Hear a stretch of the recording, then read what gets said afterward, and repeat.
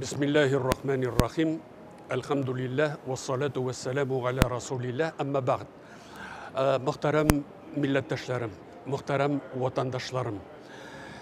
Min bu yılımızı 2022 yıl ol bizning tarixta tiren iz kaldıra turgan İslam dinimizning yubiley yılı ittirip sanayım.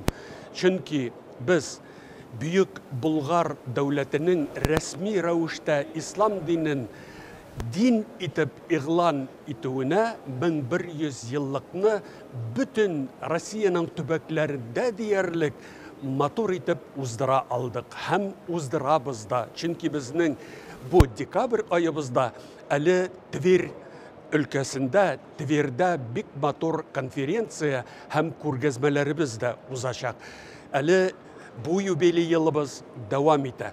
Bu yılda biz baratik meşitlerge nigiz salu, medreselerini aşı, İslam merkezlerin turguzu hem heykel kuyu bilengine çeklenmedik. En ehemmiyeti bulganı bizim için ol İslam, İslam'ın medeniyeti, tarihi, anın ruhi çıganaklarının şul kadar bay ikenin baradik Müslümanlar gına tugil, umum Rusya vatandaşları bilsin, Rusya'da yaşayan halklar bilsin, hem İslam dininin niçe gidip halklar arasında, dinler arasında dost tatu yaşı ala ikenligin, hem ana bizning Müslümanlarımız, Rusya Müslümanları örnek ikenini dünyaya da ko'rsatabildik.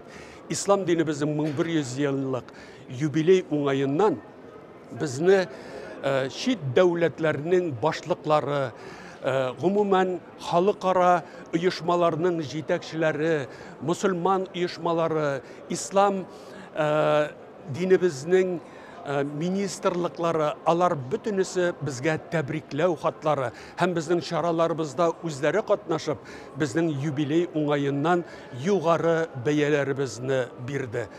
Biz elbette özümüzün ruhi baylığımızı, özümüzün galimlerimizin eserlerin kiri tarihka kaytaru, yanadan da özümüzün gilmimizni ol fikir iyelerinin fikirleri bilen alga köteru, bu bizning buruşumuz idi. Hem min aytasım kile biz bunu tiyişli derecede ütkərdik, hem başkardık, hem başkaraşak bizda. Çünkü aldığımızda eli maksatlarımız koyulgan, bu bizning kileşegimiz, hem kileşegimizge tağında ulu bir baskış nigizi buldu. Şuna göre biz bu üsüşten halkımız, milletimiz hiç de to'xtamaycha nice gitip 1100 yıl boyuna biz özümüzün ruhi kıymetlerimizni sakladık. Kileşekte de anı üstürüp başka halklarga da örnek bulurluk itip ko'rsatirge kişimiz hem kudretimiz var ikenlikке tağı bir kat inandık, ışandık. Allah Rabbimiz yubiley yılımızını mübarek eylesin. Hem kileşekte de biz oңышlı devamlarını hem başka millet, başka dinlerge de örnek bulurday hayırlı hizmetlerini ko'rsatirge Rabbimiz Allah nasip etsin.